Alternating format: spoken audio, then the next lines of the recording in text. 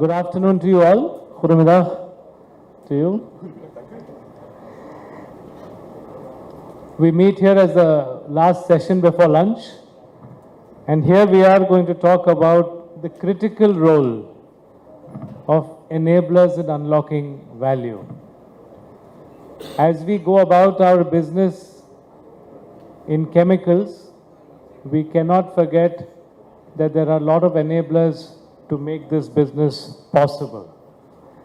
I have with us today Mr. Luc Arnault. Is that how you pronounce it? Absolutely. Okay, Mr. Luc Arnault. He's the Vice President, Director, International Relations and Networks of the Port of Antwerp. He lives close to Antwerp, has 3 children. He has a master's in law at the University of Antwerp and a master's in general management at the University of Ghent. He has been active at the port and the logistics sector ever since. He started his career and gained operational experience in a variety of subjects such as stevedoring, warehousing, ocean freight forwarding, and have done a lot of work enabling us as we go forward. His CV is quite long. I will abbreviate it. I also have Mr. Gadre here, completed his BTech in Chemical Engineering from IIT Delhi, followed up with a management degree from IIM Kolkata.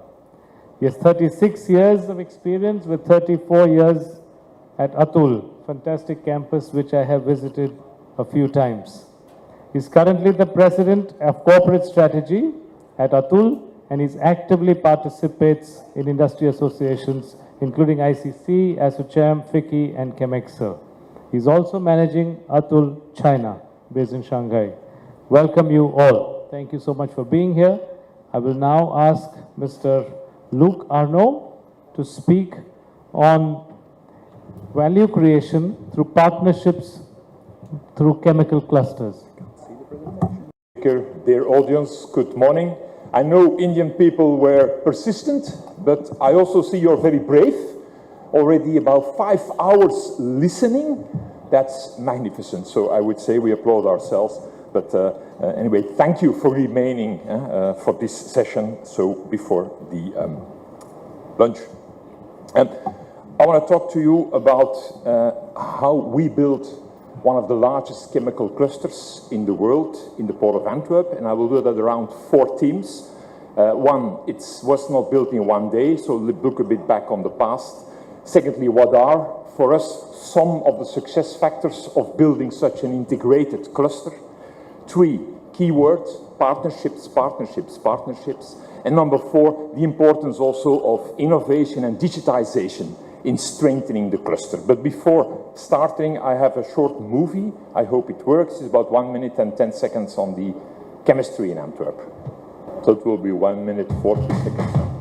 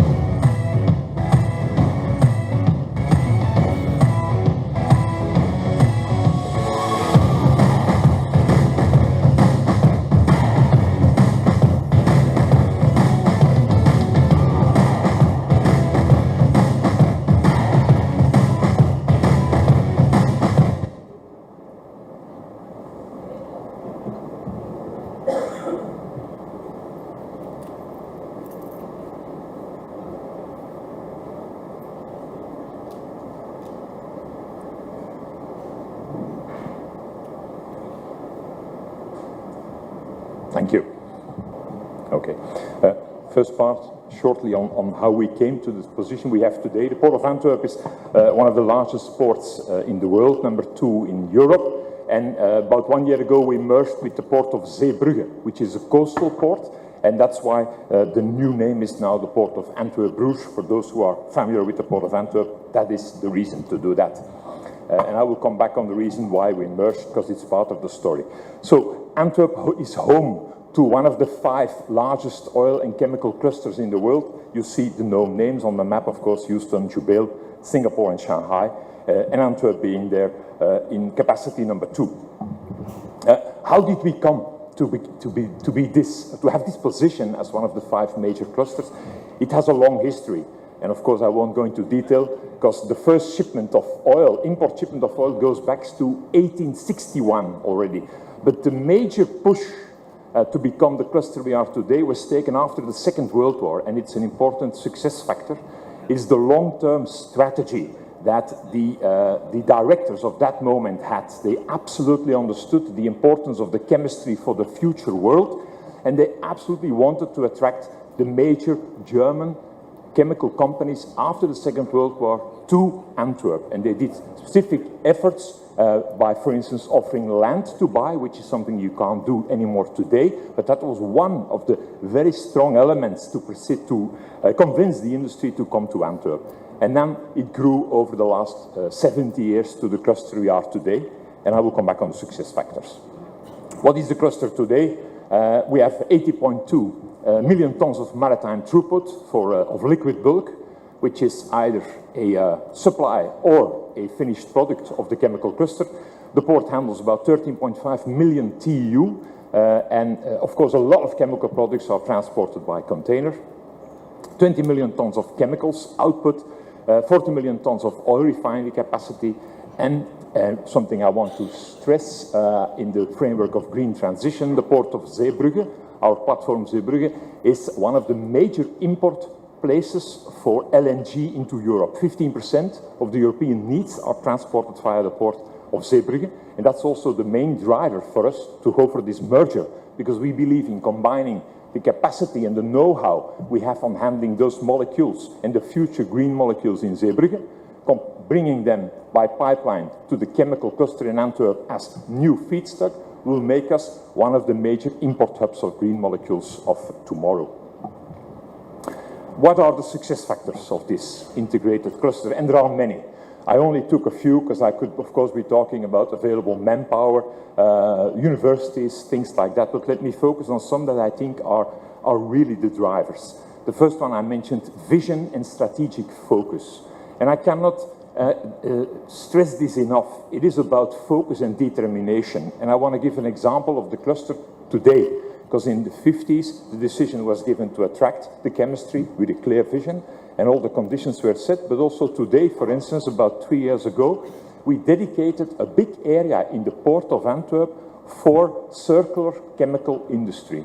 It was at that moment much easier to fill up that area with warehouses and terminal handling capacity, but we chose not to give it to this obvious destination, but to keep it as a reserve for circular chemical industry. And now, 3-4 years later, we have been able to attract the first 5 investors in that domain, which are into chemical recycling. So it's also about a vision and sticking to that vision. The second element is the role we play as Port Authority. And we consider ourselves as community builder and a facilitator. And I think this is a role that helped believing companies in the future of that location as a cluster.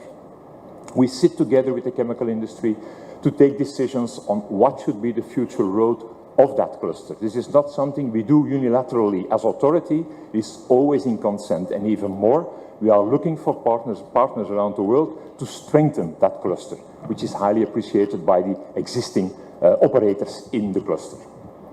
Number 3, 4 and 5, I'll come back with some slides, but it's the truly integration of the cluster as a main driver of success, infrastructure and connectivity, and innovative spirit.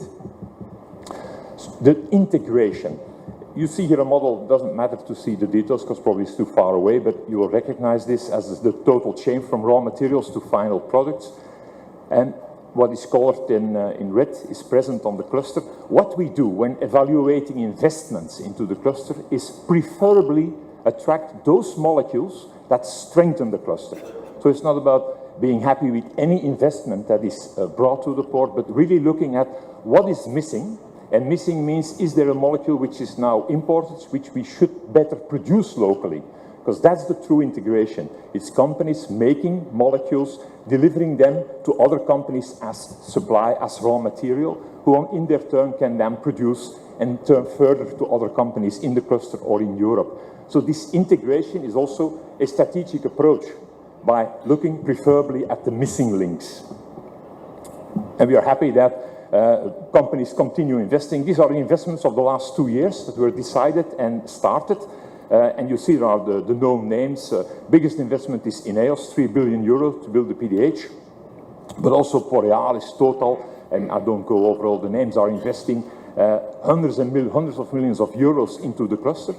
And something that is also strengthening the cluster is the presence of independent storage capacity.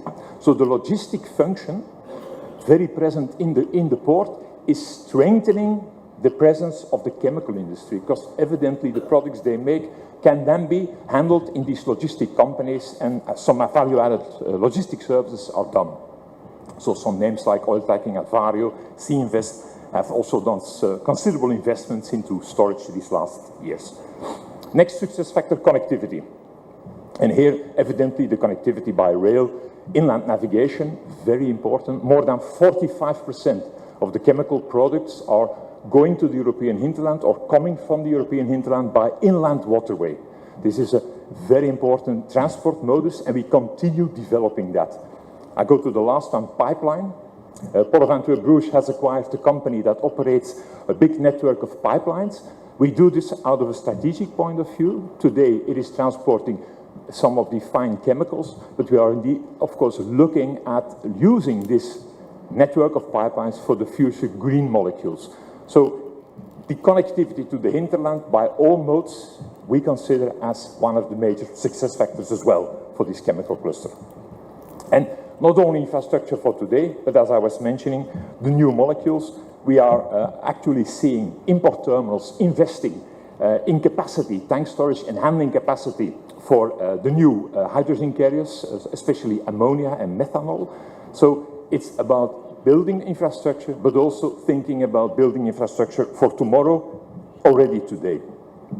And then the last success factor I want to mention is innovative spirit. And here you see a graph with moving up technology and product readiness level. You see from 1 to 9, and then the vertical axis is the market readiness level. We want to attract not only the mature majors in oil and gas and chemistry, but also attract startups to develop new products. And I take 2 examples. Blue App and Blue Chem are incubators in the Antwerp area that attract young, new companies that are working on sustainable chemistry.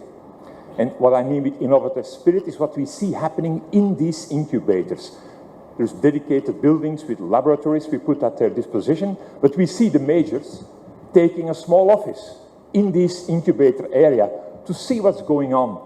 And of course, this creates a mutual respect for one another, but also a mutual nurturing. So it is a breeding ground for the chemistry of tomorrow that we create by making this integrated ecosystem in and around the cluster. So that was for the success factors. A word on partnerships. We can't do it on our own. If we look at the challenges we have been going to in these last years, we thought it was with Brexit, we had it all, but then COVID came and now we have Russia, and what will be next? Black swans was mentioned in the previous session. So we can't do it on our own, and that's also our approach.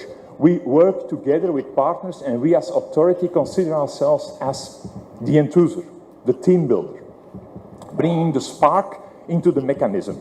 And these are just some examples of these partnerships. This is a demo plant, power to methanol, in the port area of Antwerp, which we started up with 6 partners and which is now under construction. Antwerp at Sea, another consortium, 8 partners to do sea. Oh, sorry. Yeah, we can go back. Yeah, I see something is missing there, but doesn't matter. This is about CCUS. So we started this consortium, Antwerp at Sea, to look at the possibility to capture the carbon dioxide from the chimney itself in gaseous form, the chimneys of the industry in Antwerp, bring it to a liquefaction plant in the port for reuse or for export to the oil and gas fields in Norway. today happy to announce that BASF and Air Liquide have received a subvention of 350 million euro from the EU to start on this project of liquefaction, where we have already dedicated an area in the north of the port. But main message, partnerships on tangible projects for the future. Another one, Hydrogen Import Coalition.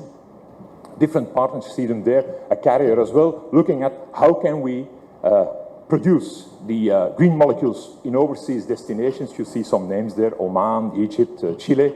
Oman is particularly interesting because the Port of Antwerp, Bruges, is running in a consortium, the port of Duqm in Oman. So we have, of course, experience, we have the contacts in that country to see how we can progress there in production of green methanol and green ammonia. Bring it by ship to Zeebrugge, and from Zeebrugge by pipeline to the chemical cluster in Antwerp, and further on to the chemical industry in Germany. But again, in partnerships with engaged partners. And these are some of the international partnerships we are part of, and I just want to stress one. At the bottom left, you see the World Economic Forum. Partnerships can be between individual companies, but in this case, and that's very interesting about the one at the bottom, Road Freight Zero, this is about a partnership of clusters. So some 10 clusters, industrial clusters from around the world, are gathering in this project to learn from one another and to exchange experiences. This is, of course, speeding up what's going on in these individual clusters. Again, main message, partnerships to build the future together. We can't do it on our own. The world has become too complicated. And then my last part, a digital,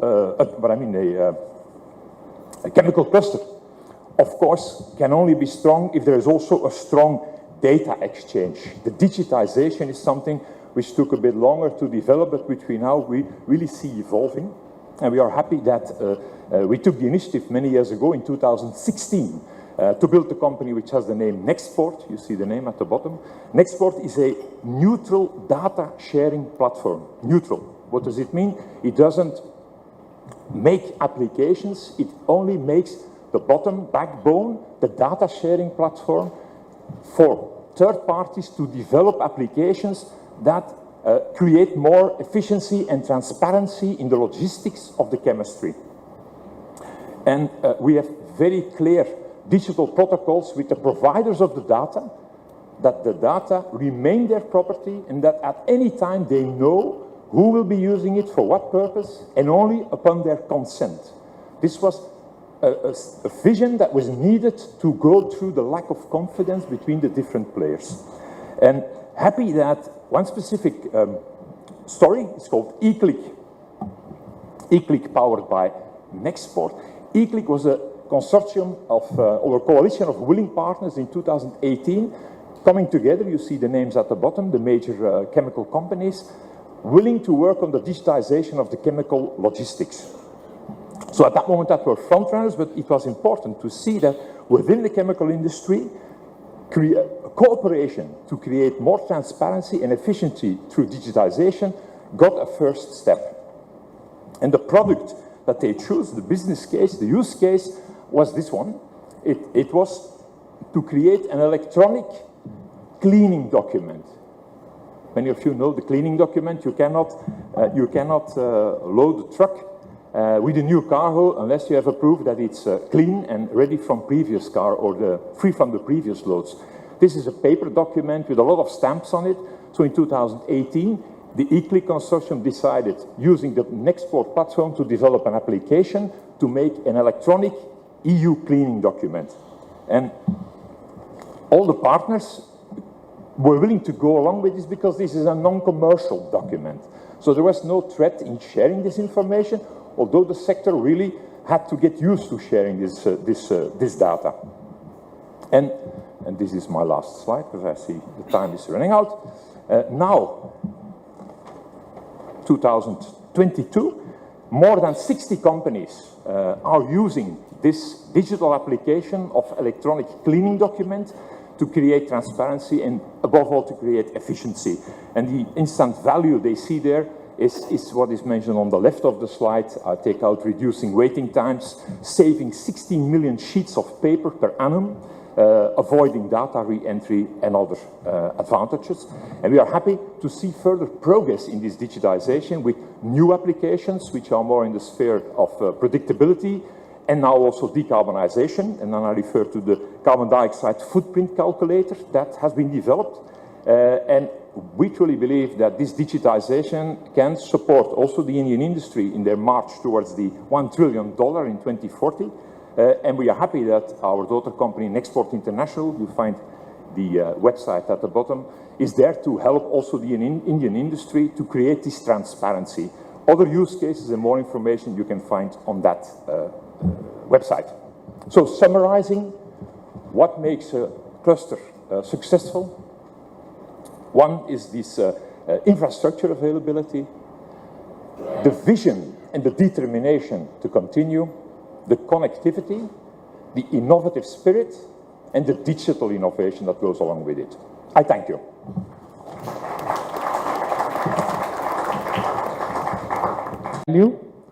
He's going to focus on FTAs, duty drawbacks, and non-tariff barriers, and how that would help us with cross-border work, as well as improving and increasing our scale of operations. Thank you very much. So, very good afternoon to all of you. Today I'll share some of my thoughts on FTAs, non-tariff barriers, duty drawbacks, and its implications on cross-border mergers and acquisitions, as well as the growth potential. Before we go to that, over the last 1.5 days, we all heard about the immense possibilities, the potential which the Indian chemical industry has in terms of reaching $1 trillion, increasing our share in the global markets to more than 10%. And I certainly share the optimism. I mean, this is certainly possible because there are many factors which are going in our favor. Like we are the highest growing economy in the world today, expected to remain highest growing economy. We have a large market size. We have a very low base, so we can obviously grow very fast. The government policies are very encouraging. The demographics is in the right place. But I think before we assume that now there is nothing which can stop our growth, let's reflect a little bit on where we are currently, the past trends, and see what we can learn from the past so that we achieve results which are somewhat different from what we have been able to achieve in the past.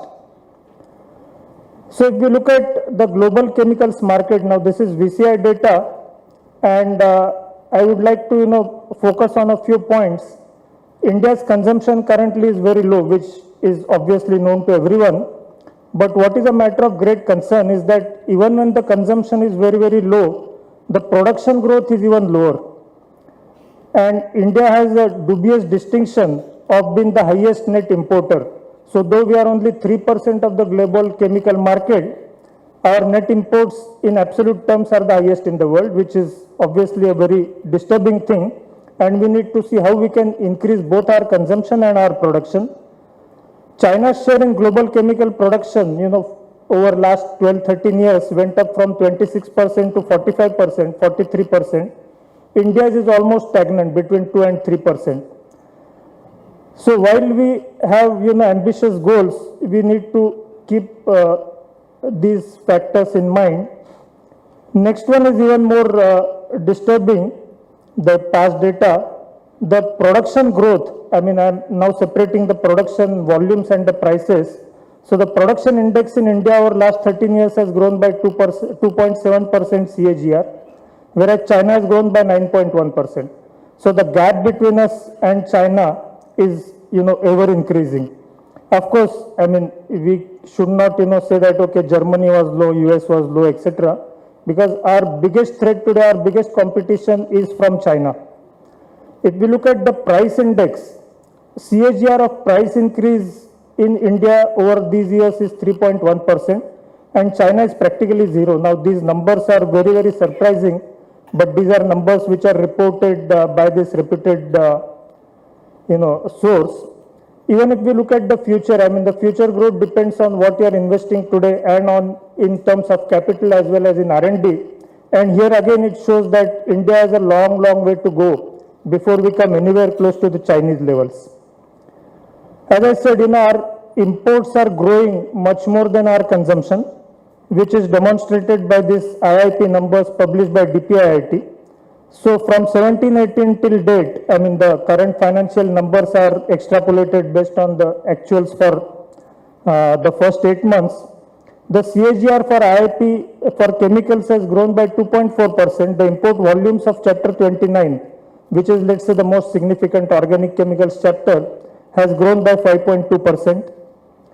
If we look at production versus consumption, the CAGR of production in India is only 0.6%, consumption is 3.2%, imports is 9.6% and exports is 5.4%. So the imports are growing much more than both the exports and the production. We talk about China plus one and the problems which China had. But if we again look at trade deficit, now this is Ministry of Commerce figures, the trade deficit with China for chapter 29, 1920 was the pre-COVID period. It was $5.3 billion. This year it is expected to reach almost $12.5 billion. So we need to realize that things are not very easy. The import and export prices, now we all take pride that our dyestuff industry, our agrochemical industries, they are quite competitive in the world and we have good presence over there. However, if we look at the average import price and export price of both dyes and agrochemicals, I mean just to give an example, in 21-22, our average import of dyes was at $8.7 per kg, whereas the exports was at 5.6. So this shows that the basket of dyes which we are exporting, even in dyes we are exporting, let's say, products which are less value added, and the more value added dyes are coming from abroad. The same is the situation in agrochemicals, maybe mainly due to the formulations coming into the country. The global chemical capacity utilization, this is as of end of 2022, it shows that the chemical capacity utilization is at very, very low level compared to the historical average. Now this shows that, when we want to increase our share in the markets, when we want to increase our production, and when the market situation is very bad, that's, posing that much more additional challenge. So while these challenges now, as we can see that, we have a number of problems of low production growth, we need to see what levers we can use as a country, as an industry, as government to make our life better and to help us achieve the goals. If we come first to the FTAs, FTAs is a very, very powerful tool. I mean, it can drive trade, it can integrate us in global value chains, it can encourage foreign people to come and invest over here. But our past FTAs, there were certain challenges. Most of our past FTAs were with Asian countries, which typically have very, very low prices. Now, all this I am talking at a macro level. Of course, there will be exceptions on a product to product or sector basis.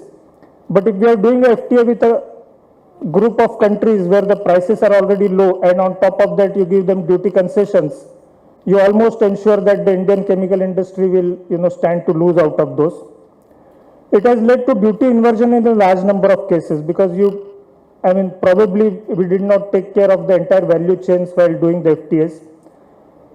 The FTAs help the partner countries at the cost of Indian industry. I'll show this with some data. There is no review mechanism in place, so it becomes difficult. Let's assume that we all agree that we have made a mistake. Now there is no way out of that. And the last is a little bit of a theoretical point, the revealed comparative advantage. Now that's economic theory, that if two nations are doing trade, the trade is beneficial to both if the comparative advantage of a country or competitive strength of a country is different. If two countries with similar strength try to do a trade, it's going to benefit no one. So in 2009, the year before the South Korea, our FTA came in place, we were at 1.58 and Korea was at 1.45. So we are kind of destined to fail. So as I was talking about, the low prices in Asian region, this is data from ICIS, the IPEX data, 12 major commodities at a global level. So blue line is the European data, which shows the highest prices. The red one is US and the green one is Northeast Asia. So we ended up doing, agreements with countries which already had a very, very low cost base. This is little technical, so I'll skip this. This is revealed comparative advantage. So what it says is that, this is basically Ricardo's theory and then further done by Samuelson and others. So if one country is very strong in one product, it should trade with country which is weak in that product. In that way, both the countries will benefit. So if you look at impact of past FTAs, the imports from Thailand, which Thailand's share in India's imports was 1.2% in 2006-7, went up to 3.3%, but exports from Thailand into India went up, that share went down. India's exports to Thailand went down from 1.6 to 1.2%. Similarly, in case of South Korea, their imports went up from 2.4 to 4.7. The exports went down from 2.9 to 2.3. The trade deficit with these countries also, ballooned after we signed FTAs with them. This is data for some more countries, which shows that, in case of Japan, South Korea, Singapore, Malaysia is an exception, Thailand, Indonesia, everywhere the Indian industry has suffered more than what we have gained. Now, this point is the one on the right hand side, low FTA utilization rate. Now, this is not much talked about, but I think we are missing out on something. We have a FTA, we can take benefit of that, but the average FTA utilization rate in India is less than 25%, whereas in Japan it is between 60 to 90%, South Korea is higher, Singapore is higher, European Union is much higher. So there are number of reasons for that. One of them is lack of, understanding of these FTAs by various members, maybe some procedural bottlenecks. But as association and as government, okay, we cannot maybe change a past FTA, but at least we can utilize it fully. And if we increase the FTA utilization rate, that itself will help the domestic industry. Coming to the current and the future FTAs, what are under discussion, I think the picture there is much better, and that gives a lot of reason for optimism. We are doing FTAs with countries with very different competitive strengths. So we did one with UAE recently, one with Australia, and UK, Canada, EU, US, etc. are under discussion. And these will definitely help us integrate in the global value chains. It will help us get foreign investment. Now, another point is that, there is a debate. I mean, of course, FTA, NTBs, these are all measures which will help certain sector of the industry, but it will, hurt some sectors. For example, what everyone desires as an individual is that if I'm making a finished product, the competition in that should be minimum. So it should be kept out of the scope of, duty concessions by India. But on my raw materials, I want all the duties. On NTBs, I want my finished products to be protected by NTBs. But my raw materials, there should be competition. So as associations, we need to take an overall view. As government, we need to take an overall view. Now, one of the things is that we already have FTAs which cover almost all the chemicals with all these low-cost countries. And giving concessions to, let's say, Europe or to Canada or to US is not going to hurt us much more than what the damage already has happened, whereas the potential gains can be much larger. So in general, my view is that, the FTAs with these countries should be on the lines of Australia, where almost all the trade lines are opened up. Again, we come to non-tariff barriers. Now, non-tariff barriers, if used effectively, will encourage domestic production. One of the problems we have is that the production growth is low. The FDI also is very, very low today in chemicals compared to where, we ought to be. So I'll share some data. Now, this is use of anti-dumping measures. This data is reported by WTO of various countries, and this is restricted to chemicals. So the anti-dumping measures in force in India as of 3rd January 2023 was 139, which is far more than any other country. And if we look at the relative size of the industry, then we are, that's a stark contrast. If we use at NTBs, this is again, this includes quantitative restrictions, sanitary and phytosanitary measures, technical barriers to trade. In chemicals, we have only 5 versus USA is 149, China is 81. So we need to now these measures we need to take which are in compliance with the WTO norms. But this is one tool which we have not used at all. What Chinese people have done very cleverly is that they impose export duty on products which they don't want to export. So for example, on basic raw materials, they will put restrictions which will encourage the domestic industry. In India, what are we doing? We are exporting castor oil and we are importing the derivatives. So government should, use NTBs more productively, more effectively in consultation with the industry. Again, here also, individual interests will clash with the overall interest of the industry and the country, because if there is a NTB which is proposed to be implemented or, on either my finished goods or my raw material, I will take a different view. Next is duty drawback. Duty drawback, now our exports need to be made competitive. We already have a problem of high price compared to China and all that. MEIS has been withdrawn, so that was a big setback, but we can't complain about it because that was a subsidy.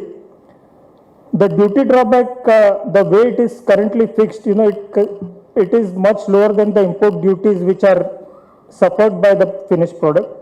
And one of the reasons is that, not everyone is in a position to import, but when the drawback rate is fixed, government considers only the actual imports done by the company.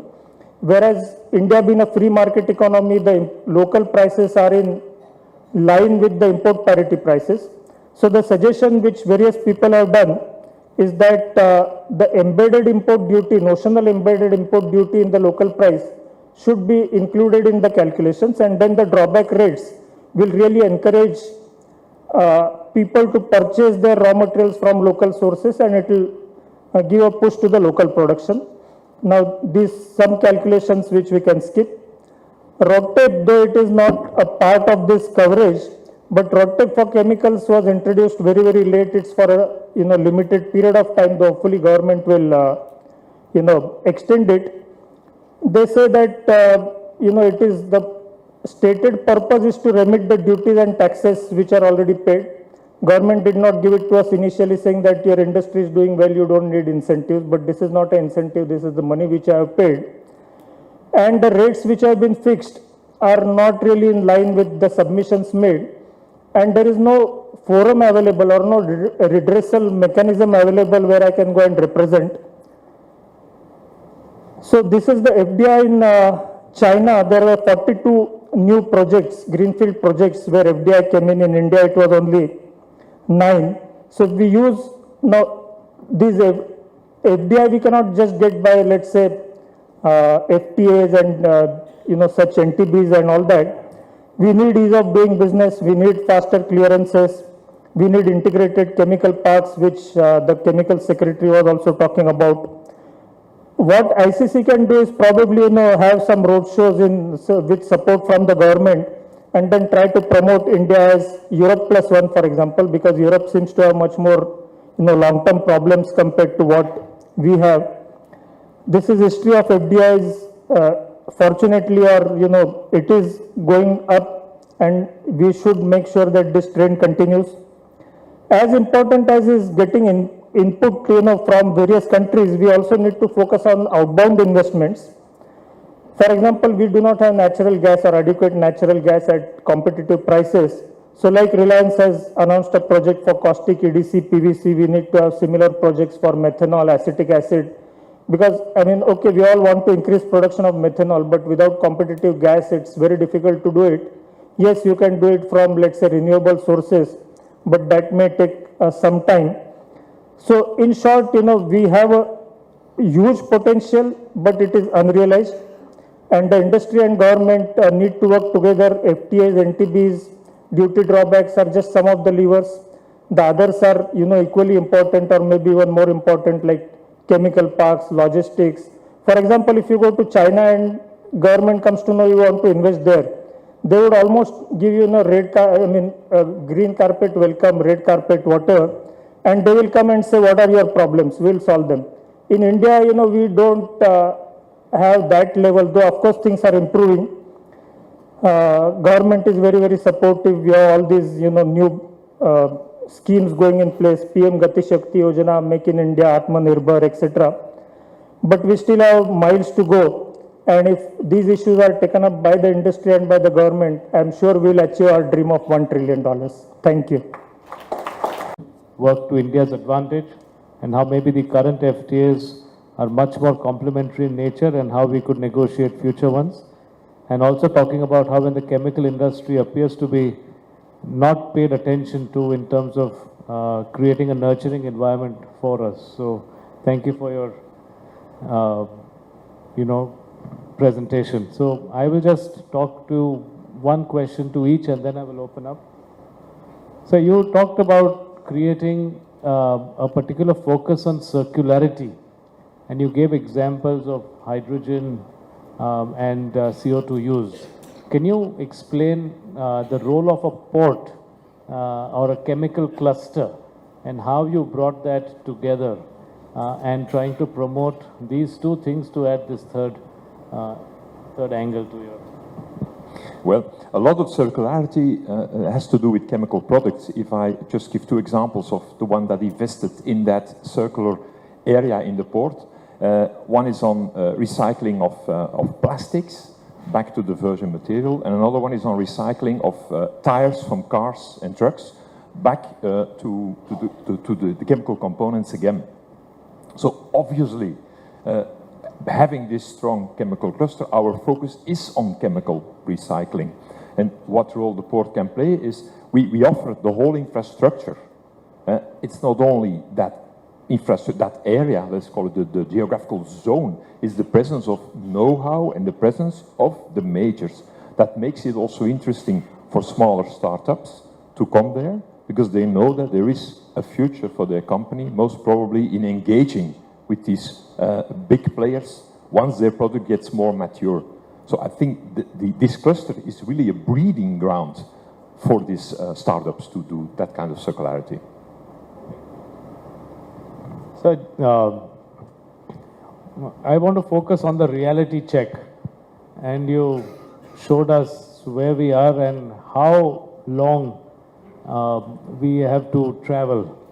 But at the same time, when you say how long we have to go, the goal is there to reach. So how do you see the next 10 years?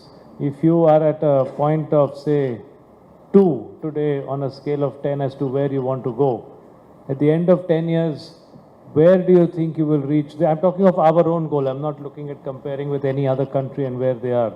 But given the targets we've set for ourselves, if we are at 0.2 now out of 10, where do you think we'll reach in 10 years' time? No, I think, we should not say where we should reach. We should say that we want to reach there, and let's find ways to do it.